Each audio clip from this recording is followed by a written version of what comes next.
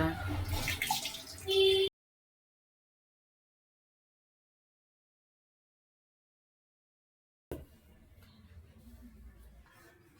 Ground వేస్తామా?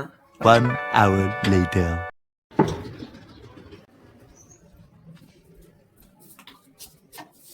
ఏంది మా ఇంకా టిఫిన్ ఏం చేయలే? ఇంట్లో పనులు అన్నీ అయిపోవద్దా? నీకు రెడీగా గ్రౌండ్ వచ్చాక టిఫిన్ చేసి పెట్టాలి ఏమరా? ఎంతసేపు మా 15 నిమిషాలే టిఫిన్ చేసేకి.